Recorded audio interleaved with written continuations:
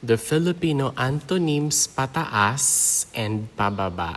When we say pataas, it means upward, and when we say pababa, that means downward. Pataas, pababa. Pataas, pababa.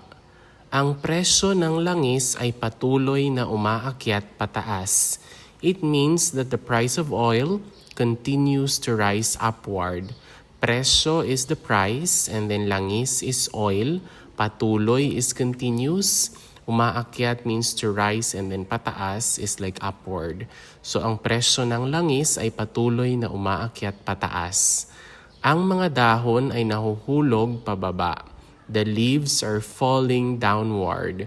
So dahon is a leaf, and then mga dahon, leaves, nahuhulog. Hulog is the root word, it's fall, and then pababa is downward.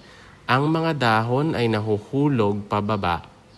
Ang mga usok ay umaakyat pataas sa langit. The smoke rises up to the sky. Usok is smoke. Umaakyat means climbing up or up. Climb, and then pataas is up, and then langit, it's the sky. So, ang mga usok ay umaakyat pataas sa langit. Nakita ko siyang bumababa, pababa sa hagdan. It means I saw him or her walking down the stairs. So, nakita is like so, kita is the root word, siya is he or she, it's gender neutral. Bumaba means down, going down, pababa. And then sa hagdan, hagdan is the stair.